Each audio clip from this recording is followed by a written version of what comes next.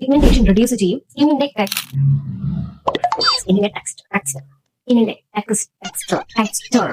Texture. Hey guys, welcome back to my channel. ഇന്നത്തെ എന്റെ video skin care ട്രാൻസ്ഫോർമേഷനെ കുറിച്ചാണ്. അപ്പോൾ സ്റ്റെപ്പ് 1, ക്ലെൻസിങ് നമ്മുടെ ഫേസിന് അത്ര ഇമ്പോർട്ടന്റ് ആണ്.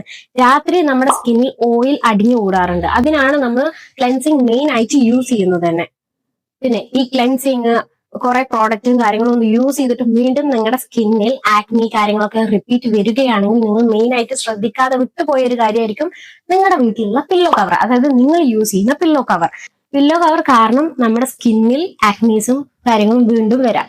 ചില പ്രോഡക്റ്റ് നമ്മൾ യൂസ് ചെയ്യുന്നുണ്ട്, പക്ഷെ വീണ്ടും അത് റിപ്പീറ്റ് വരികയാണെങ്കിൽ നിങ്ങൾ യൂസ് ചെയ്യുന്ന പില്ലോ കവറാണ് നിങ്ങൾ ചേഞ്ച് ചെയ്യേണ്ടത്. ഇന്ന് നിങ്ങൾ പില്ലോ കവർ യൂസ് ചെയ്തു, നാളെ അതേ പില്ലോ കവർ തന്നെയാണ് നിങ്ങൾ യൂസ് ചെയ്യുന്നത്.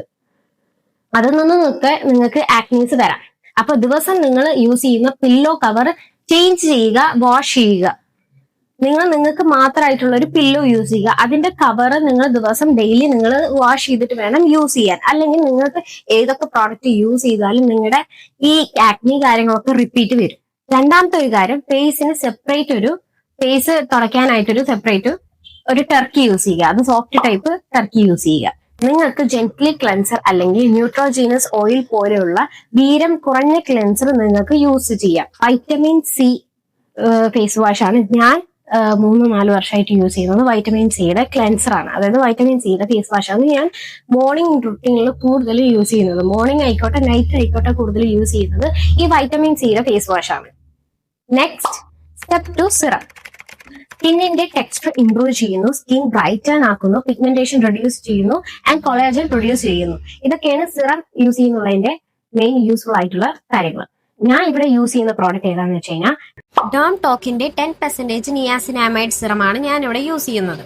ഇപ്പൊ ക്ലെൻസർ ആയിക്കോട്ടെ സിറം ആയിക്കോട്ടെ, ഈ 2 പ്രോഡക്റ്റ് യൂസ് ചെയ്തിട്ട് എനിക്ക് സൈഡ് എഫക്റ്റോ കാര്യങ്ങളോ ഒന്നും ഉണ്ടായിട്ടില്ല. കാരണം എന്റെ സെൻസിറ്റീവ് സ്കിന്നാണ്. ഇതുവരെ എനിക്ക് അതിന്ന് ഇപ്പൊ ഞാൻ യൂസ് ചെയ്ത ഈ 2 പ്രോഡക്റ്റിൽ നിന്നും എനിക്ക് അങ്ങനെ സൈഡ് എഫക്ട്സ് കാര്യങ്ങളൊന്നും ഉണ്ടായിട്ടില്ല.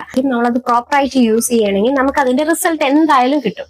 ഞാൻ യൂസ് ചെയ്യുന്ന സിറം ഏതാന്ന് വെച്ച് കഴിഞ്ഞാൽ നിയാസിനാമൈഡ് അടങ്ങിയിട്ടുള്ള സിറമാണ് ഞാൻ യൂസ് ചെയ്യുന്നത്.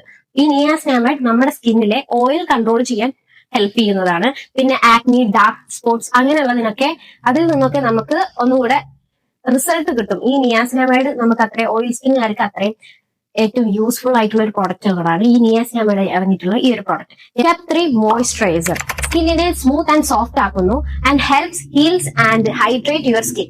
ഞാൻ യൂസ് ചെയ്യുന്ന മോയ്സ്ചറൈസർ ഏതാന്ന് വെച്ച് കഴിഞ്ഞാൽ ഡേം ടോക്കിന്റെ തന്നെ മോയ്സ്ചറൈസർ ആണ് ഞാൻ ഇവിടെ യൂസ് ചെയ്യുന്നത്.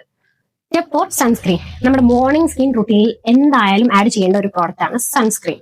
ഞാൻ ഇവിടെ യൂസ് ചെയ്യുന്ന പ്രോഡക്റ്റ് മൈസൻ ഗാർഡിന്റെ അൾട്രാ സൺസ്ക്രീൻ ജെൽ ആണ് ഞാൻ യൂസ് ചെയ്യുന്നത്. മെയിൻലി ഇപ്പൊ നമുക്ക് മോയ്സ്ചറൈസർ ആയിക്കോട്ടെ സൺസ്ക്രീൻ ആയിക്കോട്ടെ, ഈ ഓയിൽ സ്കിന്നുകാർക്ക് ജെൽ ടൈപ്പ് സൺസ്ക്രീൻ ആണ് ഒന്നുകൂടെ ബെറ്റർ. സൺസ്ക്രീമും മോയ്സ്ചറൈസറും ജെൽ ടൈപ്പ് യൂസ് ചെയ്യുന്നതായിരിക്കും ഒന്നുകൂടെ ബെറ്റർ.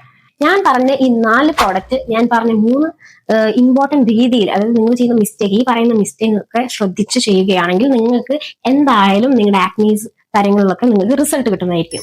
അപ്പോൾ ഓക്കെ, ബൈ.